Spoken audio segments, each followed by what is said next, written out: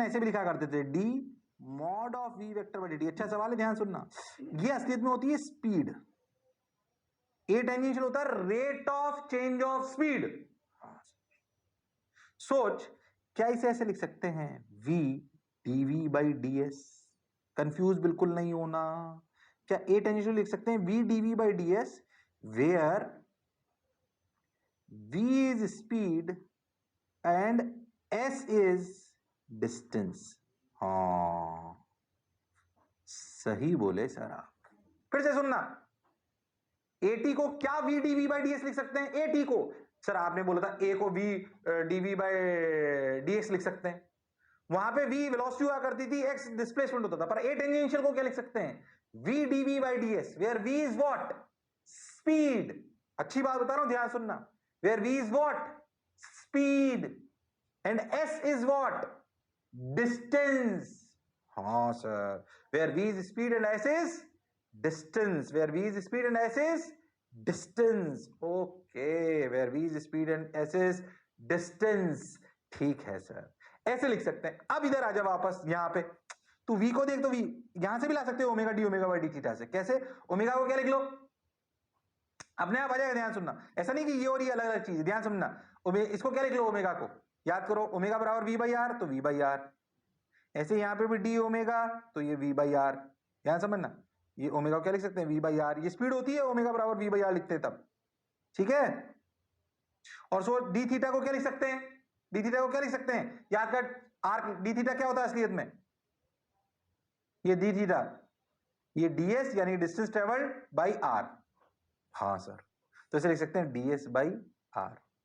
तो आर ने आर को मार दिया, और एल्फा आर क्या हो जाएगा? एटी। ये अल्फा एक आर जो यहां से ऊपर निकल गया, ये क्या आया? एटी। तो एटी बराबर v d v by d s. तो ये है एक ही कहानी, अगर ध्यान से देखो तो। यहां से भी समझ सकते हो, यहां से भी समझ सकते हो, आपको ये इंटरचेंज करना आना चाहिए। ओके, धीरे धीरे से बोल रहा हूं, नई चीज थोड़ी सी बता रहा हूं। कौन सी बात? A t equal to v d v by d s जब लिखेंगे तो v is speed, s is distance. कभी कभी यूज आ सकता है। अच्छा ठीक, अब समझे। एटी अपने को चाहिए वी। अच्छा, वी की वैल्यू कितनी है? ये रही वी की वैल्यू कितनी है, देखो वी के लिए देखो तो लिख सकते हैं under root 4 by m into root s. मैं ऐसे इसलिए लिख रहा हूं ताकि तुम्हें समझ में आ जाए कि भाई रूट 4 बाई एम कॉन्स्टेंट है, एस चेंज हो रहा है समय के साथ, डिस्टेंस। ओके, तो v as a function of root s, और ये v d v by d s. Okay, a tangential को क्या लिखेंगे? वी कितना है? Root 4 by m into root s. अच्छा, what is dv by d s? Dv by d s, dv by d s अगर अपन निकालें तो ध्यान से देखो, रूट 4 बाई एम तो एज इट इज रहेगा, रूट एस, एस की पावर हाफ का डिफरेंशिएशन, एस की पावर हाफ का एक्स की पावर हाफ का डिफरेंशिएशन क्या होता है? एक्स की पावर एन का फॉर्मूला क्या होता है? N x n minus one, यानी कि एन, एन का मतलब 1/2, एक्स की पावर एन माइनस वन मतलब हाफ माइनस वन, 1/√2। ये समझ में आता है क्या करा अपन ने? हाँ, तो ठीक है, इसको लिख लो 1/2 √s। ओके, तो ये आ गया v d v by d s. तो क्या लिखा देखो ध्यान से, root 4 by m 1/2 √s। Root s ने रूट एस को मार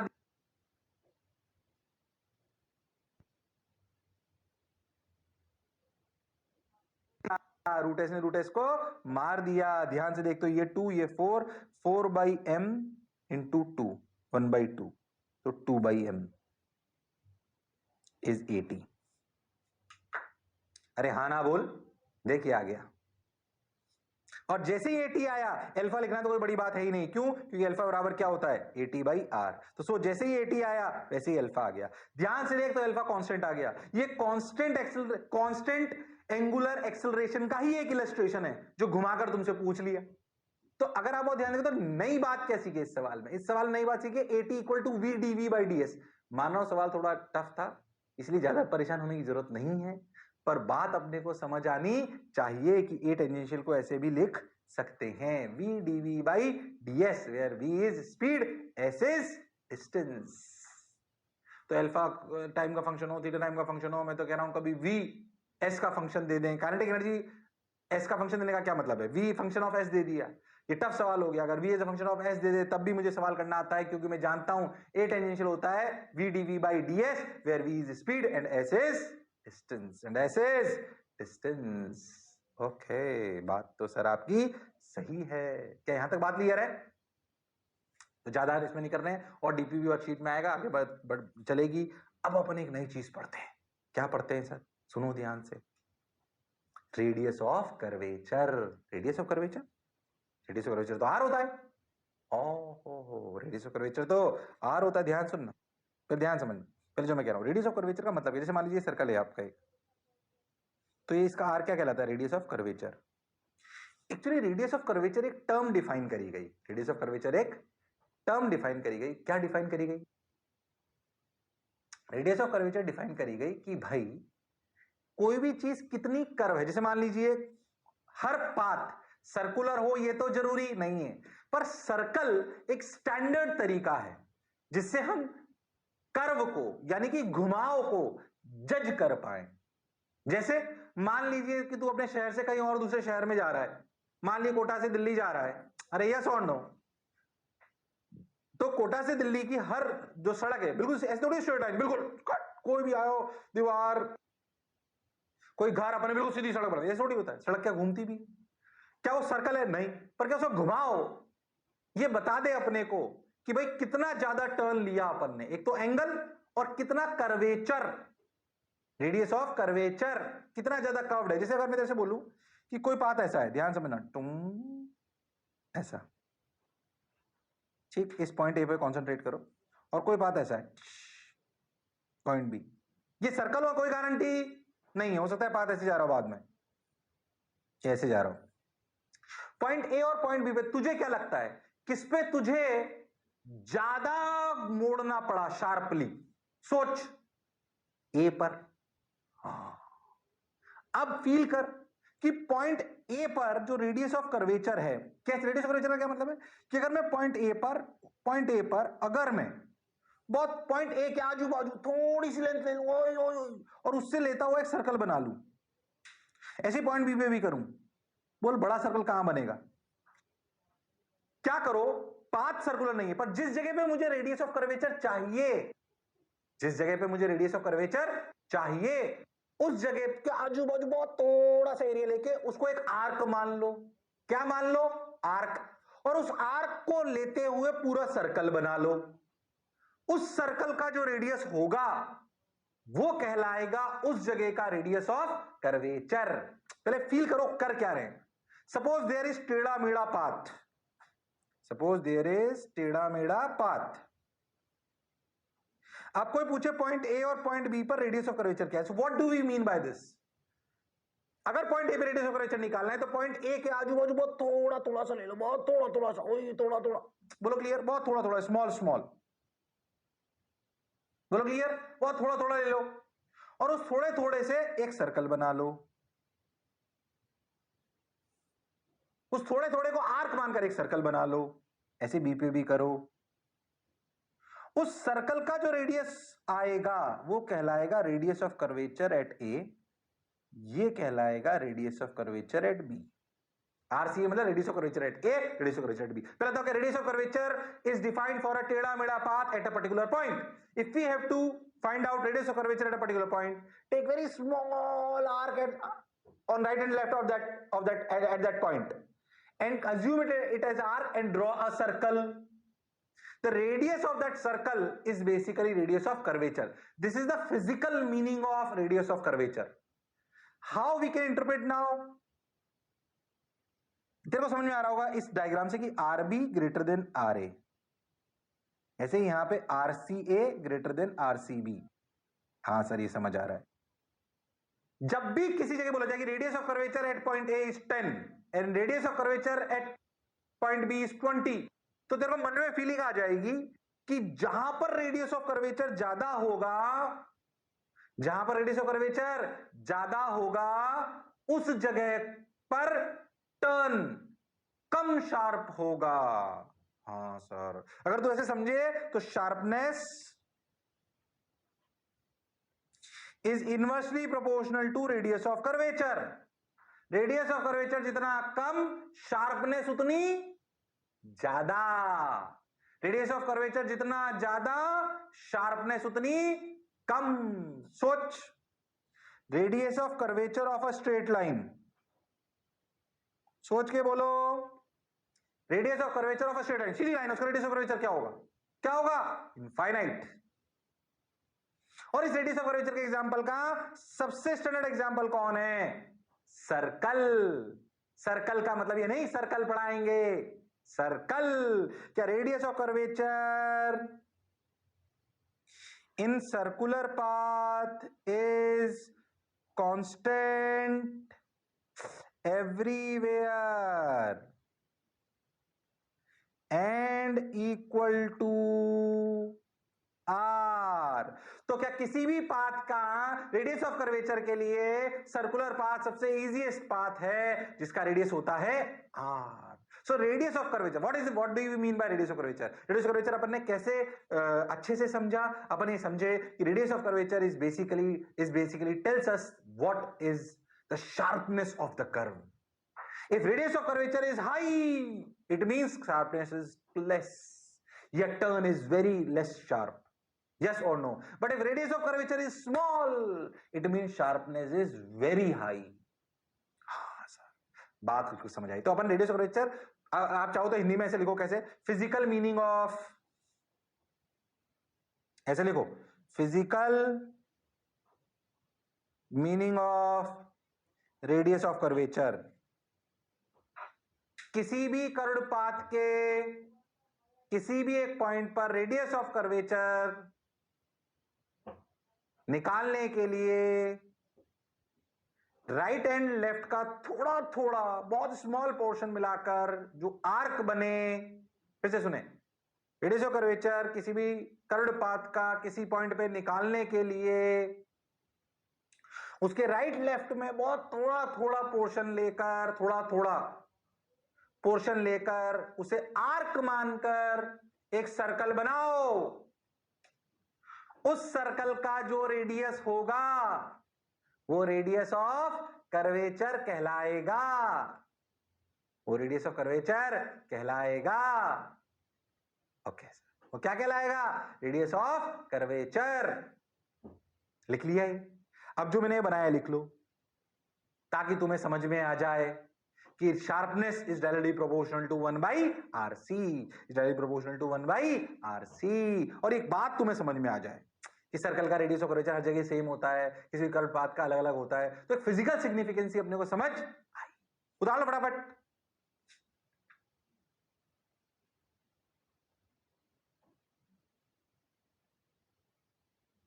उतार लो फटाफट भाई,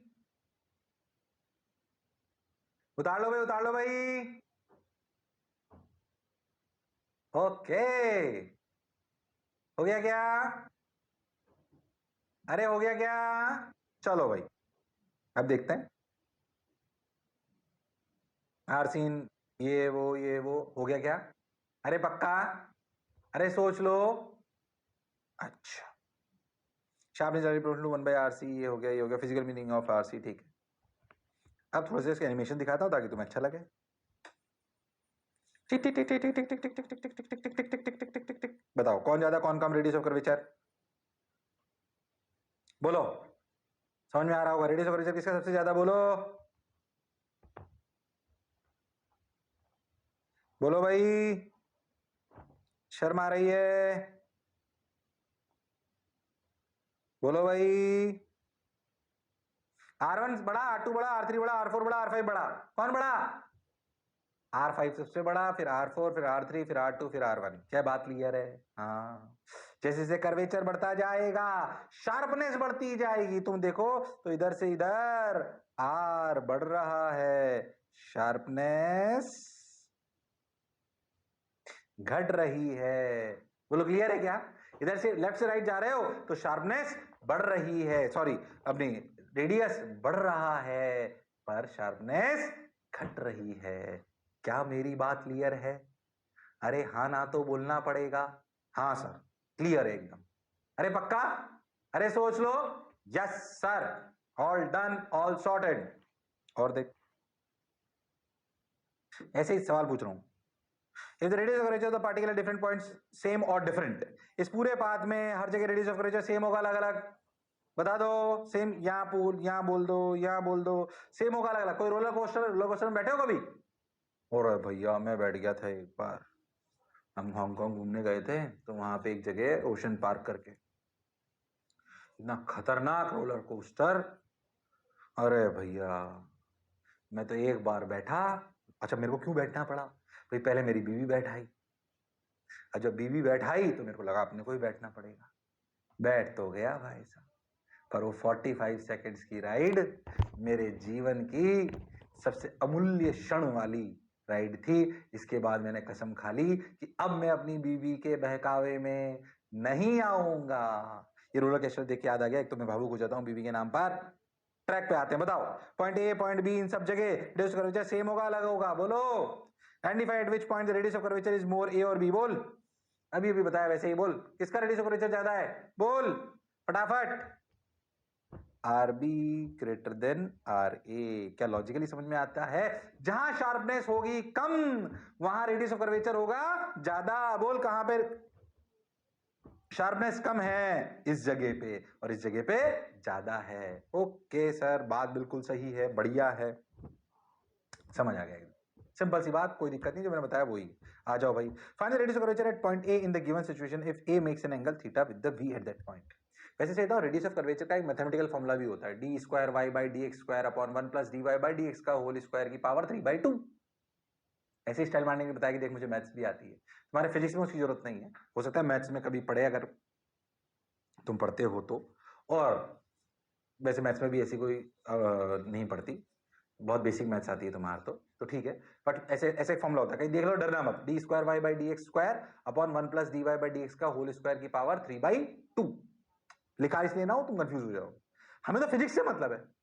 अगर हमारा कोई पार्टिकल चल रहा है किसी पाथ पर, तो क्या उसकी वेलोसिटी और एक्सेलरेशन दोनों होंगे?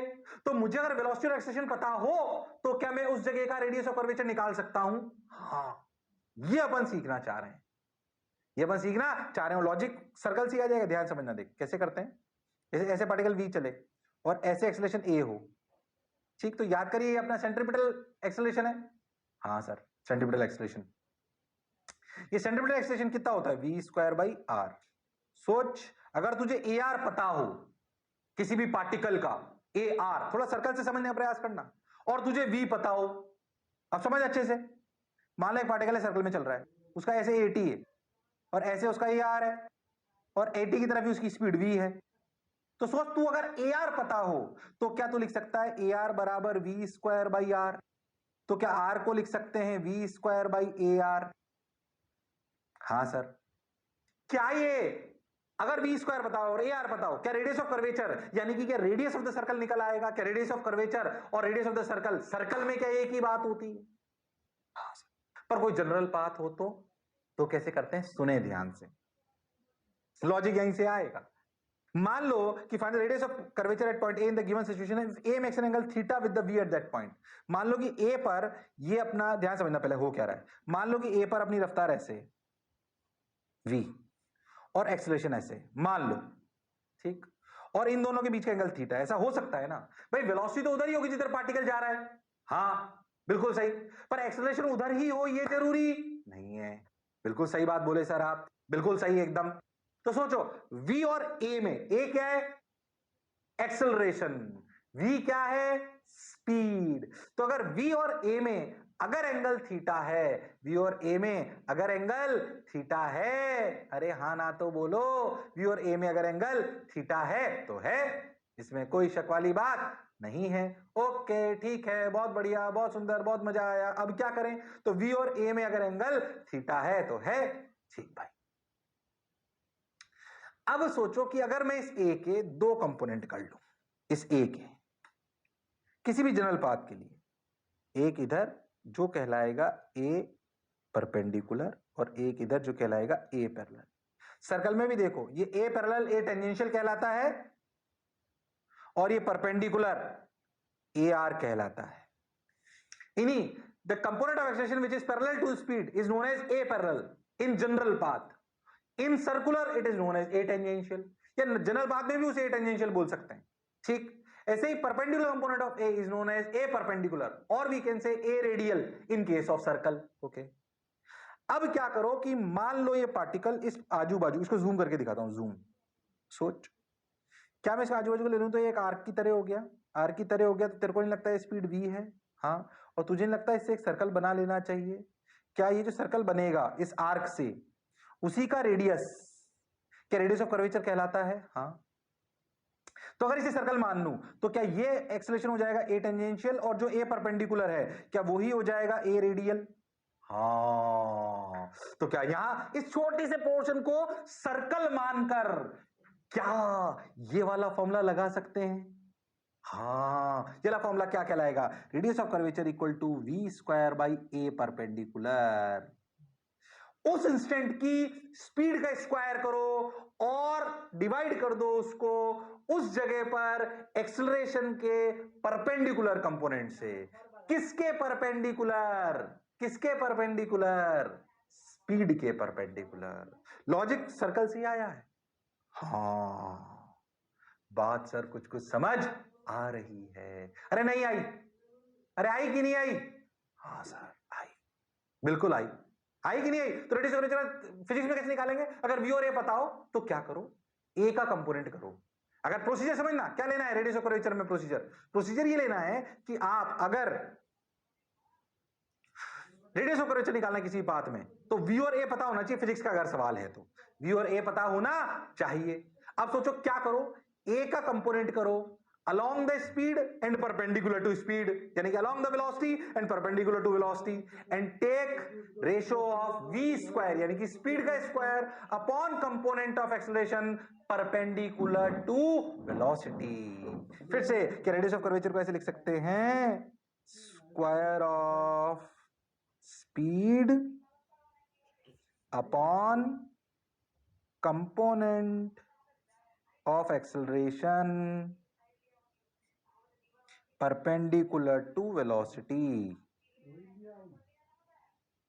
ये जिसे अपन बोल रहे हैं v square by a perpendicular. क्या ये करते ही लॉजिक क्या हुआ सर्कल से? क्यों रेडियस ऑफ कर्वेचर यहां पे पढ़ा है? क्योंकि सर्कल से उसका लॉजिक आता है, क्योंकि सर्कल से उसका लॉजिक आता है। तो अगर आपको बात समझ आती है तो आपको कोई कष्ट वाली बात नहीं है। हाँ सर, ऐसे रेडियस ऑफ कर्वेचर को इमेजिन करते हैं, ऐसे रेडियस ऑफ कर्वेचर को इमेजिन करते हैं। पहले तो मैंने इमेजिन करा कि उसका क्या मतलब होता है, वो शार्पनेस कैसे दिखाता है, जनरल पाथ में कैसे लिखते हैं, फिर उसे निकालते कैसे हैं फिजिक्स में। ये तरीका है उसको करने का। एक आध सवाल कराऊंगा, अच्छा तेरे को क्लैरिटी आ जाएगी। बोलो क्लियर है क्या? अरे हाँ ना बोल, अरे सोच ले। ओके,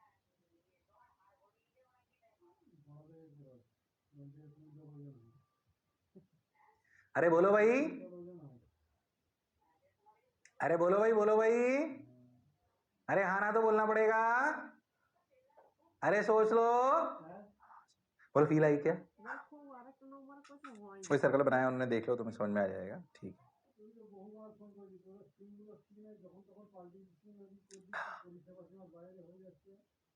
अरे ये बात समझ आ गई क्या? ऐसे लिखते हैं इसको, स्पीड एट दैट इंस्टेंट का square upon component of perpendicular to v equal to v square by a r या ए परपेंडिकुलर, जो तुम्हें अच्छा लगे। ओके, ऐसे अगर फिजिक्स में करना हो तो अपन कर सकते हैं। ठीक, अब सवाल करते हैं। उतार लिया? अरे उतार लिया क्या? अरे सोच लो मेरे लालो, अरे मेरे पी लो, अरे उतार लिया क्या? अरे हाँ हाँ, चलो लो small से points, it equals the radius of the circular arc which best approximates the curve at that point. Radius of curvature is a property of that path which may be different at every point. Radius of curvature her path पे same होता है नहीं, अलग अलग हो सकता है, but in a circle if the radius of, ये मैं लिखा चुका हूँ आपको, जो मैंने बोला वही है, सब उतारने की कोई खास जरूरत नहीं, जो बोला वही है, हिंदी में अपन लिख चुके हैं उसको। ठीक, चलो सवाल करते हैं अपन। तो a particle is projected an, projectile जोड़ लिया, अच्छा सवाल है, फिर मैं आपको बोल रहा हूँ। A particle is projected an angle 53 degree with the speed of 50 metre पर second, find out the radius of curvature after 1 second. ओ हो, इसके लिए आपको प्रोजेक्टाइल भी आना चाहिए। प्रोजेक्टाइल नहीं आता होगा तो सवाल नहीं कर पाओगे। मेरा सबसे पहला सवाल क्या है बताता हूँ मैं आपको। एक प्रोजेक्टाइल फेंका 50 मीटर पर सेकंड से 53 डिग्री पे, एक सेकंड बाद पार्टिकल की क्या वेलोसिटी होगी, यानी कि क्या स्पीड होगी और क्या डायरेक्शन होगी, सबसे पहले बताओ। अभी सवाल को भूल जाओ थोड़ी देर, पहले बात जो मैं पूछ रहा हूं बताओ, व्हाट इज द वेलोसिटी, मतलब vx और vy और स्पीड क्या होगी 1 सेकंड बाद इस पार्टिकल की, बता सकते हो तुम लोग? ये प्रोजेक्टाइल है, बेसिक प्रोजेक्टाइल है, गड़बड़ नहीं करना, बोलो। 1 सेकंड बाद इस पार्टिकल की क्या रफ्तार होगी एक्स में, वाई में और नेट, और वो नेट क्या एंगल बना रहा होगा, ये भी इंपॉर्टेंट होगा। चलो देखते हैं। हम जानते हैं एक्स में इधर कंपोनेंट कितना 50 cos 53, यानी कि इधर कंपोनेंट कितना 30। हम जानते हैं 30 में कोई चेंज नहीं होगा। क्या इधर 40, हाँ, क्या 40 में चेंज होगा? क्या v y equal to u y 40 minus 10 into 1 second बाद v y minus g t 40 minus 10 30। ओ हो, क्या 1 सेकेंड के बाद x भी होगा 30, y भी होगा 30, क्या नेट होगा 30√2? ओके, और क्या एंगल होगा 45? और हाँ सर, ये बात तो समझ आ गई। मतलब जब प्रोजेक्टाइल ऐसे कर रहा होगा तो 1 सेकंड में थोड़ा और इधर नीचे बना लेता हूं, जब प्रोजेक्टाइल ऐसे कर रहा होगा तो ऐसी सिचुएशन हो रही होगी, देखो ये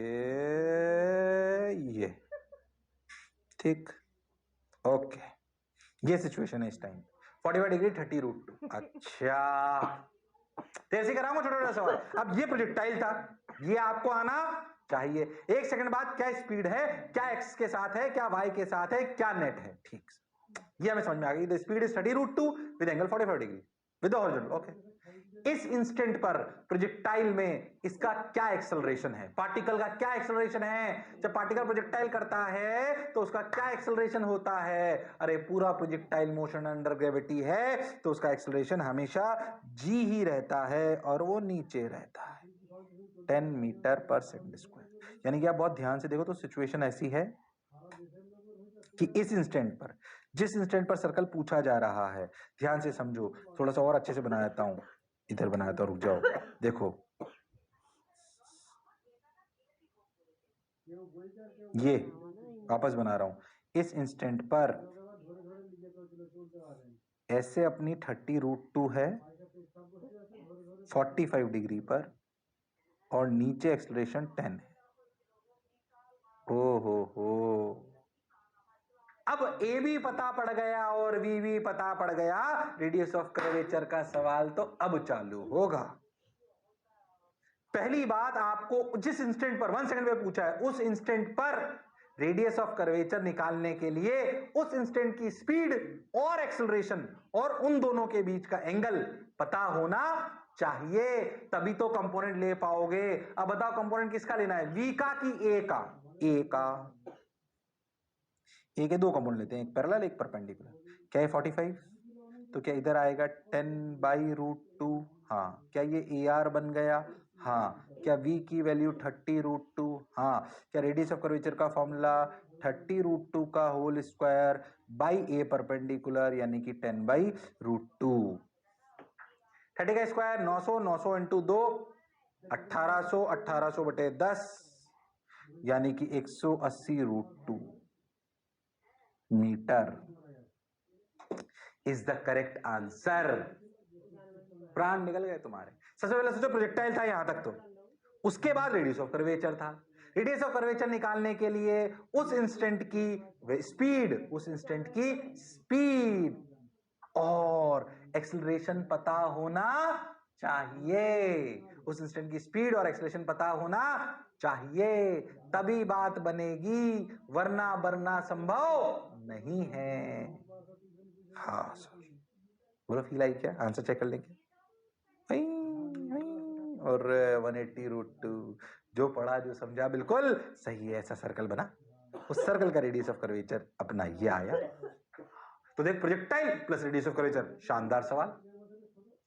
अगर मेरे को आसान करना होता तो टॉप मोस्ट पॉइंट पे पूछ लेता। आसान सवाल क्या हो सकता था? Top most point. Top most point बहुत आसान होता। क्यों आसान होता भाई top most point? Top most point पे देखो तो रफ्तार क्या 30 होती?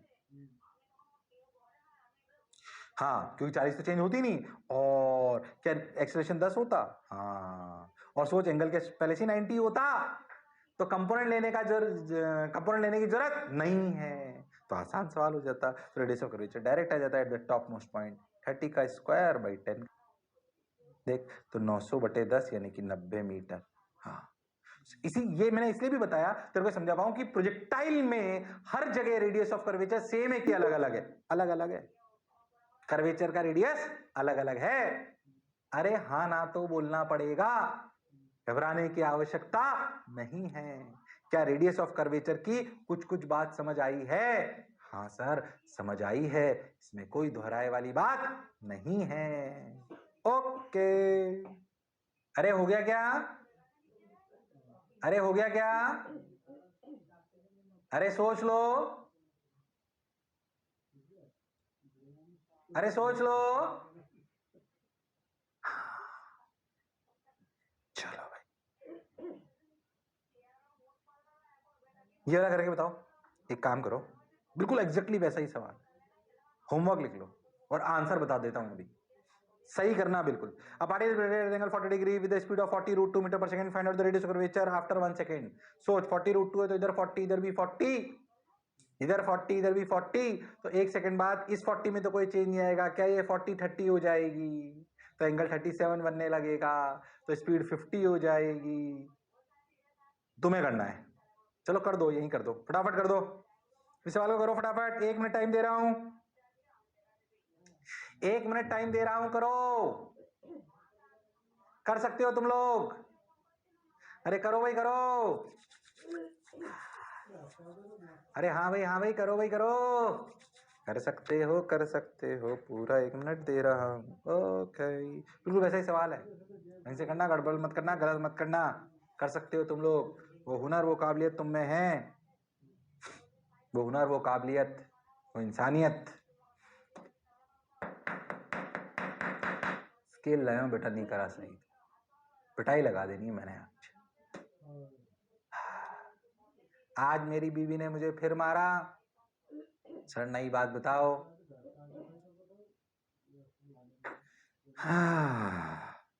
तुम शादी का मेरा इतना दर्द सुन के तुम शादी नहीं करोगे ना?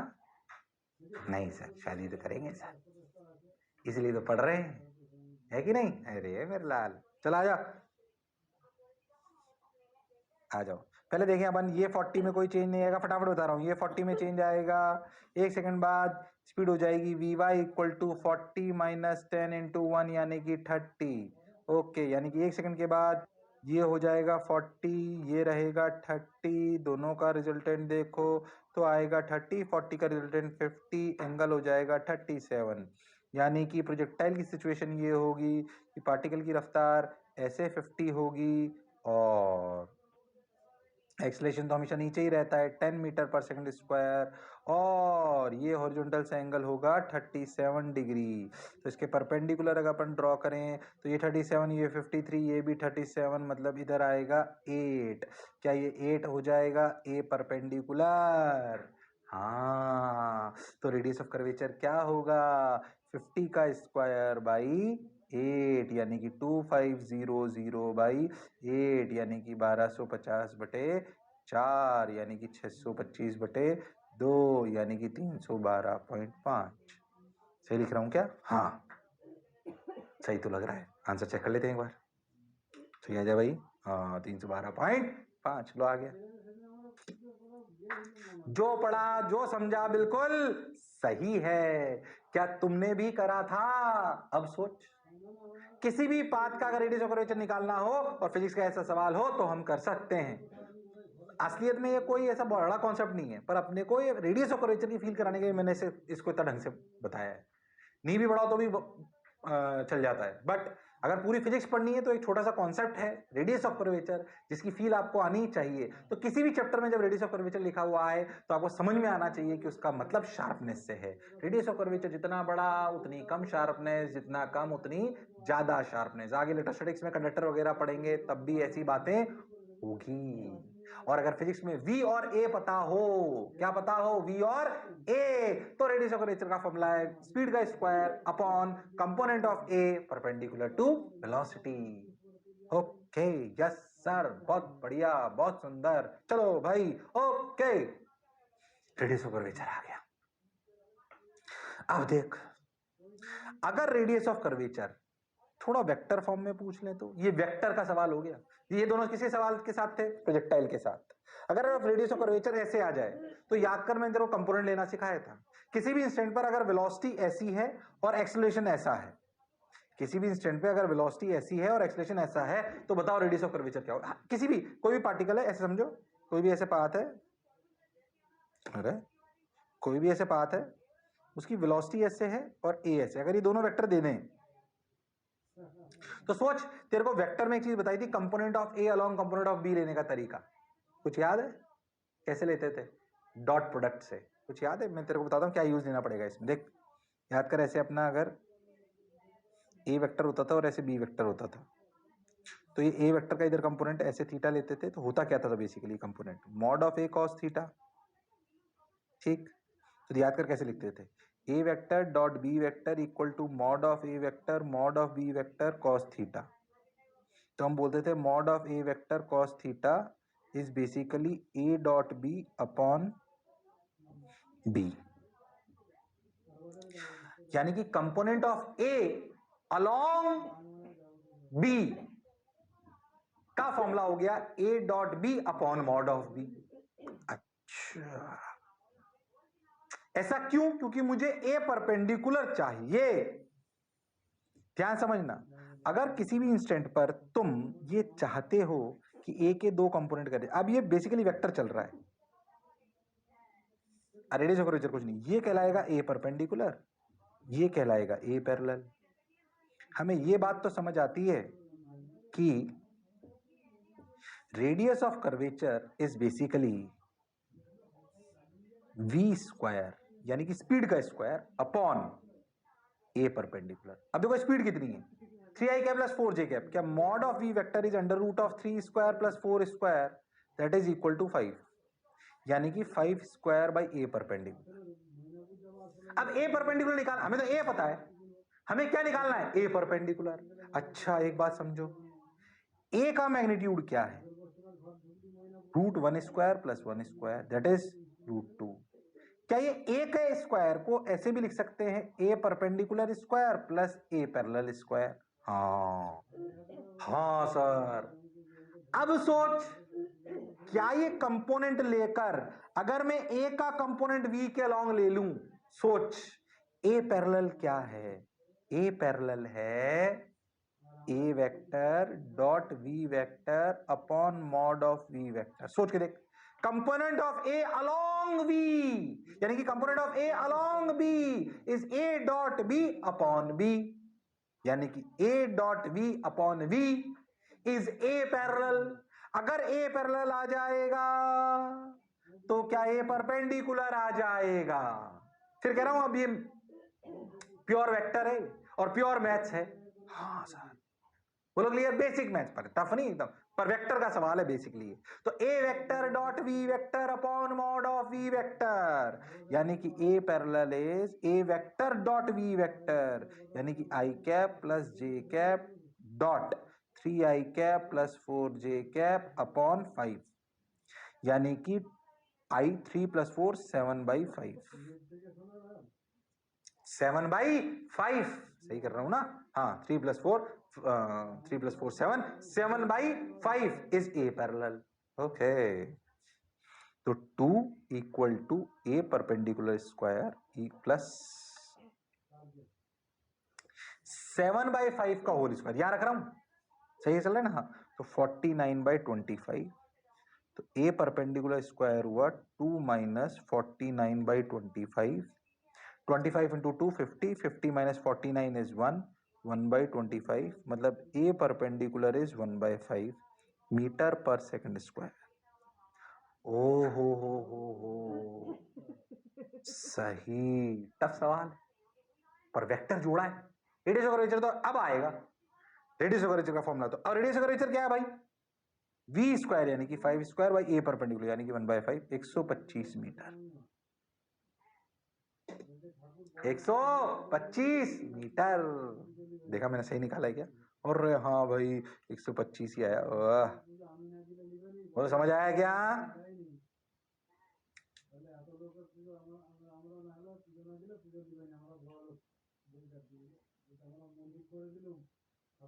अरे बोलो भाई, समझ आया क्या?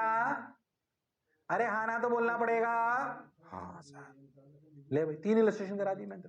Vector plus radius of curvature, projectile plus radius of curvature, जो आप पढ़ चुके हो उसी पे बात हो रही है। सर्कल का तो हम जानते ही हैं भाई, रेडियस ऑफ कर्वेचर ही वही है जो रेडियस ऑफ द सर्कल है। हाँ, और वो तो कभी भी चेंज नहीं होता। पर बाकी सभी बातों में क्या चेंज हो सकता है? हाँ, ये हमने प्रोजेक्टाइल में भी देखा, 1 सेकंड पे लगा रहा है, टॉप मोस्ट पॉइंट पे लगा रहा है। हाँ सर, अगर दोनों वेक्टर में दे रखे हो तब भी हम सवाल कर सकते हैं। हाँ सर, अब फील आ गई सर रेडियस ऑफ कर्वेचर। इसलिए कभी भी, ये सिर्फ सर्कल नहीं है भाई, ये रेडियस ऑफ कर्वेचर मैंने पूरी फिजिक्स के लिए पढ़ाया है, कंप्लीट एंटायर फिजिक्स के लिए। क्या मेरी बात एकदम क्लियर है?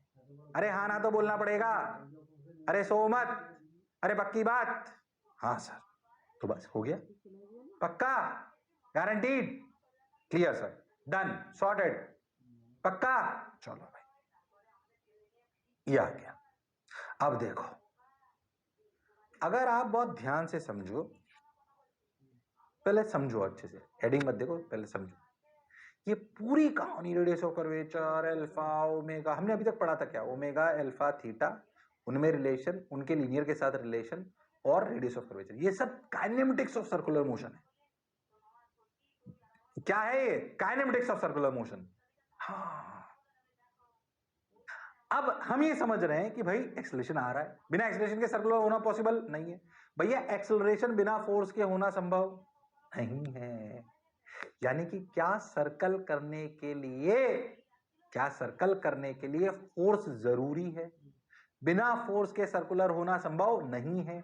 तो अब उस फोर्स पे चर्चा करेंगे कि भाई बिना एक्सेलरेशन बिना फोर्स के आ जाए, ऐसा संभव नहीं है। तो फोर्स कौन देता है, वो फोर्स कहां से आता है, वो फोर्स किस किस प्रकार का हो सकता है, उस पे अब चर्चा करी जाएगी। क्या मेरी बात क्लियर है? हाँ सर, बिल्कुल क्लियर है।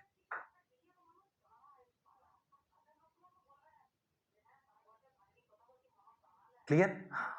अब उस फोर्स पे बात करते हैं। अगर मैं आपसे सिंपल सी बात बोलूं कि एक पार्टिकल अपना ऐसे सर्कल घूम रहा है, यूनिफॉर्म सर्कुलर मोशन, यानी कि स्पीड कैसी है? कांस्टेंट। क्या इस इंस्टेंट पर अगर मैं पूछूं तो इसका सिर्फ एक ही एक्सेलरेशन होगा, ए आर, उसकी वैल्यू होगी वी स्क्वायर बाई आर, या फिर omega square r, v equal to omega r. हाँ, अगर यूनिफॉर्म सर्कुलर मोशन हो रहा है तो ये एक्सेलरेशन होना चाहिए। हाँ सर, अभी बेसिक यूनिफॉर्म सर्कुलर मोशन की बात कर रहा हूं, बिल्कुल बेसिक, नॉन यूनिफॉर्म में तो बात कर जाऊंगा। यूनिफॉर्म सर्कुलर मोशन में क्या ये ए आर होना चाहिए? हाँ सर। तो भाई क्या टुवर्ड्स द सेंटर, इसके बिना काम चलने वाला नहीं है। ए टेंजेंशियल की तो बात ही नहीं कर रहे अभी, तो यूनिफॉर्म सर्कुलर मोशन ले रहे हैं, तो स्पीड कांस्टेंट है, तो ए टेंजेंशियल 0 है, सिर्फ एक एक्सप्रेशन है, कौन सा? A R. इसके बिना तो सर्कल होना संभव नहीं है। ओके, देखो भाई, इस एक्सप्रेशन को क्या कहते हैं? सेंट्रीपिटल एक्सेलरेशन, एक नया नाम दिया गया। Basically you can say this is the acceleration which is must for circular motion. इसके बिना काम चल, ए टेंजेंशियल नहीं हो चल जाएगा, पर ए रेडियल जरूरी है, जिसको अपन सेंट्रीपिटल एक्सेलरेशन भी बोलते हैं। इस एक्सेलरेशन को लाने वाला फोर्स, इस नेसेसरी एक्सेलरेशन को लाने वाला फोर्स, ये कौन लाता है अभी बात करेंगे। ये लाने वाला force equal to m into a r, that is m v square by r, या फिर m ओमेगा स्क्वायर आर, को सेंट्रीपिटल फोर्स कहते हैं।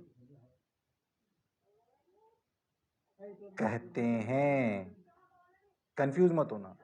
ये जो नेसेसरी एक्सेलरेशन है, सेंट्रीपिटल एक्सेलरेशन, इसको कोई ना कोई तो ला रहा होगा, बिना इस, और कोई ना कोई फोर्स ला रहा होगा।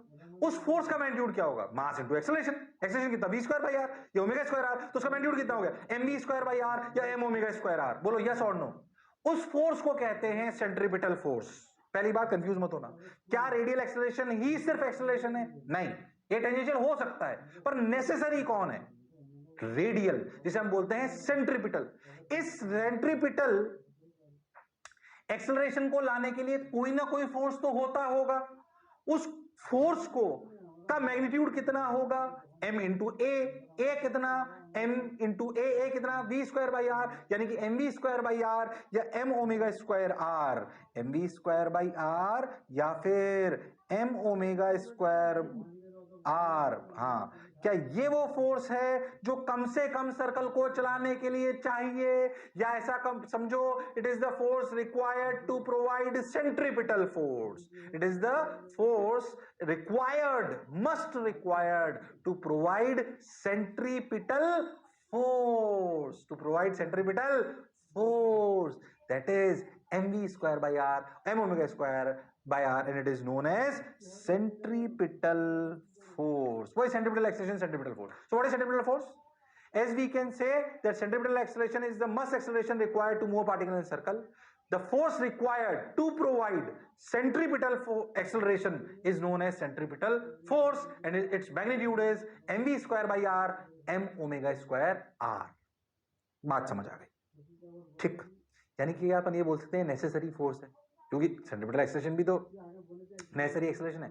ऐसा आप मान सकते हो जो नेसेसरी फोर्स जो चाहिए ही चाहिए, जिसके बिना काम नहीं चल सकता, वो सेंट्रिपिटल फोर्स है, और उसका मैग्नीट्यूड कितना है, mv स्क्वायर बाई आर। अच्छा, वो किधर लगता है, टुवर्ड्स द सेंटर, हमेशा टुवर्ड्स द सेंटर लगता रहता है। अगर अपन डायग्राम बनाए तो सेंट्रिपिटल फोर्स हमेशा कैसे लगेगा, ऐसे ऐसे ऐसे ऐसे ऐसे ऐसे ऐसे ऐसे, हाँ सर, ऐसे लगता रहता है। Direction of centripetal force and centripetal acceleration, ये दोनों ही ऐसे टुवर्ड्स द सेंटर ऑलवेज, हाँ सर, टुवर्ड्स द सेंटर। तो कोई आपसे पूछे व्हाट इज सेंट्रिपिटल फोर्स, तो उसकी दो बातें इंपॉर्टेंट है, डायरेक्शन और मैग्नीट्यूड।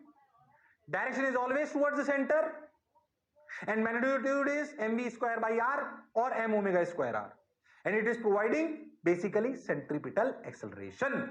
क्या इसके अलावा और कोई फोर्स नहीं हो सकता? हो सकता है, टेंजेंशियल भी चाहिए होगा, पर जो मस्ट है उसको ये बोलते हैं। तो पहली बात, सेंट्रिपिटल फोर्स क्या होता है, क्लियर है। सबसे पहली बात, सेंट्रिपिटल फोर्स क्या होता है, बोलो, क्लियर है। अब अपन काइनेटिक्स से उठकर फोर्सेस पे आने वाले हैं, इनकी एक्सेलरेशन को लाने वाले कौन से फोर्सेस हैं। तो सबसे पहला नाम है सेंट्रिपिटल फोर्स। सेंट्रिपिटल फोर्स की डायरेक्शन टुवर्ड्स द सेंटर होती है, यही वो होता है जो सेंट्रिपिटल एक्सेलरेशन लाता है, इसलिए इसका magnitude mv square by r या m ओमेगा स्क्वायर आर होता है, और ये मस्ट फोर्स है, और यही वो है जो सेंट्रिपिटल एक्सेलरेशन प्रोवाइड करता है। ओके, ये बात हमें समझ आ गई। अब क्या करें, चलो भाई ये उतार लो मेरे फटाफट, ये उतार लो मेरे फटाफट। What is centripetal force? Centripetal force is the must force which provides centripetal acceleration or radial acceleration whose magnitude is mv square by r or m omega square r, and its direction is always towards the center.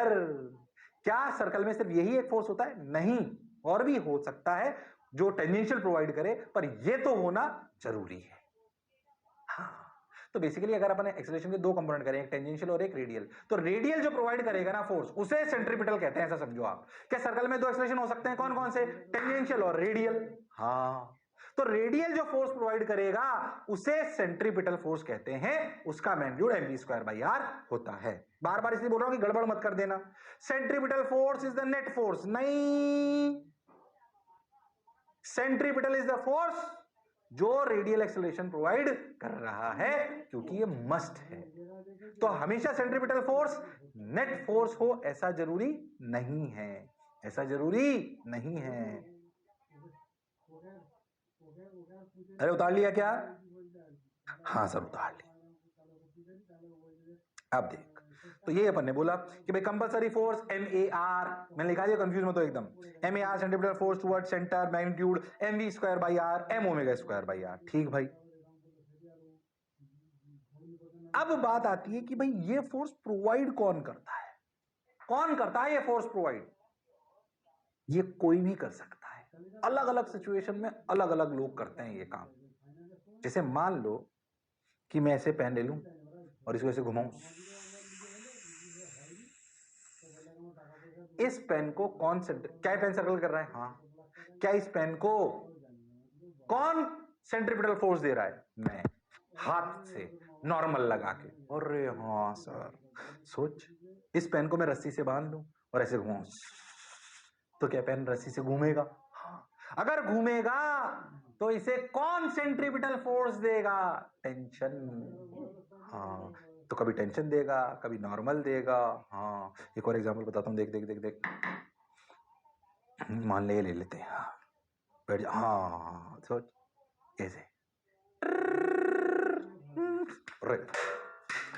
गिर गया। चल रहा है क्या? हे भगवान, हाँ चल रहा है, चल रहा है। कुछ और रखते हैं, कुछ और रखते हैं, ये रख लेते हैं, ये भी गिरेगा पक्का।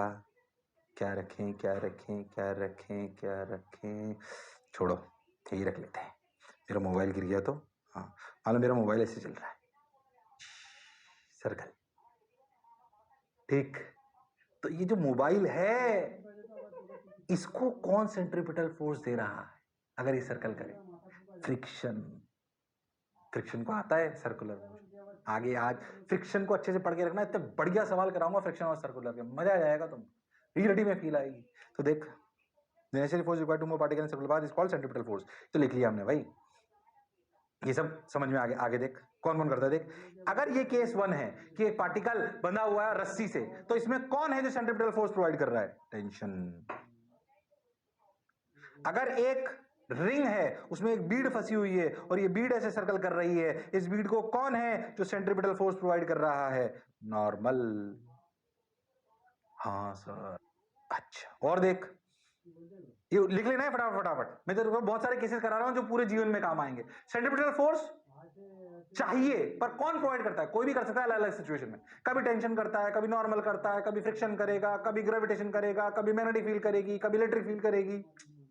बहुत सारे हो सकते हैं वो तो अलग अलग चैप्टरों में अलग अलग रोल आएगा। बोलो आएगा कि नहीं आएगा? यहाँ पे तो टेंशन और फ्रिक्शन और नॉर्मल, इन तीन पे अपन बात करेंगे सर्कुलर में, पर जब ग्रेविटेशन पड़ेगी तो ग्रेविटेशन भी कर सकता है। हाँ, बात सही बोल रहे हो सर। देख, जैसे मॉडर्न फिजिक्स में चले जाओ, सुना होगा आपने कभी कि दो चार्जेस के बीच का फोर्स होता है k q square by r square. जब एक एटम के आसपास न्यूक्लियस में इलेक्ट्रॉन घूमता है तो उस पर फोर्स लगता है k z e square by r square. तेरे को नहीं लगता इलेक्ट्रोस्टैटिक फोर्स है? Providing what? Centripetal force.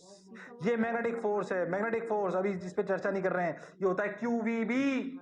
हाँ, इलेक्ट्रोस्टैटिक भी कर सकता है, मैग्नेटिक भी कर सकता है, टेंशन भी कर सकता है। और देख, ये अगर जब अर्थ घूमती है सन के अबाउट, तो ये कौन सा फोर्स होता है? Gravitational, GM1 by M2 by r square. हाँ, जब कार चलती है सर्कुलर ट्रैक पे, तो कौन है जो उसे ये सेंट्रीपिटल फोर्स प्रोवाइड करता है? वो होता है friction. Gravitation, friction, electrostatics, magnetic field, normal, tension. हाँ सर। क्या है हर चैप्टर में आ सकता है? क्या ये हर चैप्टर में आ सकता है? अरे हाँ ना बोलो भाई। हाँ, तो देख, फ्रिक्शन भी करता है, ये सब बना लेना। फ्रिक्शन करता है, ग्रेविटेशन करता है, मैग्नेटिक फील्ड करती है, अरे तो पीछे चल, मैग्नेटिक फील्ड करती है, इलेक्ट्रिक फील्ड कर सकती है, टेंशन कर सकता है, नॉर्मल रिएक्शन कर सकता है। इस चैप्टर में सर्कुलर में भाई, जब इलेक्ट्रोस्टैटिक की बात होगी तब ये सब केस थर्ड आएगा इलेक्ट्रोस्टैटिक्स और मॉडर्न में। केस 4 जो है वो आपका मैग्नेटिक फील्ड में आएगा। जो अपना ग्रेविटेशन वाला है केस 6, वो अपना ग्रेविटेशन में आएगा। फ्रिक्शन, नॉर्मल रिएक्शन और टेंशन कैसे प्रोवाइड करता है वो अपन इसी चैप्टर में काफी अच्छे से सवाल कर लेंगे। पर ये बात समझो कि सेंट्रीपिटल फोर्स कौन प्रोवाइड करता है? कोई भी कर सकता है। Tension, normal, electric field, magnetic field, gravitational field, friction. तो जब उस चैप्टर में आएंगे तो ग्रेविटेशन की बात ग्रेविटेशन के टाइम पे करेंगे, अभी थोड़ी करेंगे। अरे यस और नो? हाँ सर। ये बात तो सर थोड़ी थोड़ी फील आई, ये बात तो सर थोड़ी थोड़ी फील आई। बोलो क्लियर? अरे सोच लो, अरे पक्का, अरे गारंटीड? ठीक है भाई, बहुत बढ़िया, बहुत सुंदर, बहुत मजा आया, वाह वाह। अब क्या करें? अब देखो, ये अपनी सेंट्रीपिटल फोर्स कौन प्रोवाइड करता है, ये हमें क्लैरिटी आ गई। ठीक भाई, अब देख, अब देख, एक सिंपल सा सवाल। वैसे इस वाली कहानी को अपन अगले टाइम ही चालू करेंगे, गड़बड़ हो जाएगी, जल्दबाजी नहीं करते हैं, क्योंकि इस कहानी को रिलेट करने में टाइम लगेगा। अभी बस इतना समझो कि फोर्स चाहिए होते हैं, फोर्स कोई भी दे सकता है, पर वो फोर्स जो मिनिमम फोर्स चाहिए होता है उसे अपन बोलते हैं कौन? Centripetal force. इस कहानी को अगले टाइम से मैं आगे पढ़ाऊंगा। तब तक आप अच्छे से काइनेमेटिक्स और इससे पहले का पढ़ के रखोगे। तो लड़ते रहिए, पर पढ़ते रहिए, मास्टर की बात सुनते रखिए, जोश और जुनून बनाए रखिए।